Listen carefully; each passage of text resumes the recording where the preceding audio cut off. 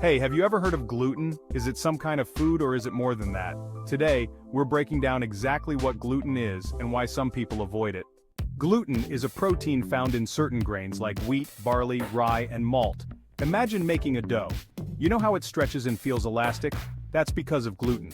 If you wash a ball of dough for about 15 to 20 minutes, you'll see milky water coming out. That's the gluten being washed away, and without it, the dough loses its elasticity. Now, some people can't digest gluten properly.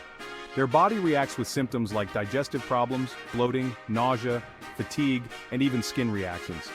This is known as gluten intolerance. And if you've heard of celiac disease, it's an autoimmune disorder where gluten actually damages the digestive tract. So for these people, gluten isn't just a choice, it's something they must avoid. So now you know, gluten isn't some mysterious substance, it's a protein in many grains, and while most people can enjoy it without issues, others have to be cautious. Stay tuned for more about gluten and how to live a healthy, gluten-free life.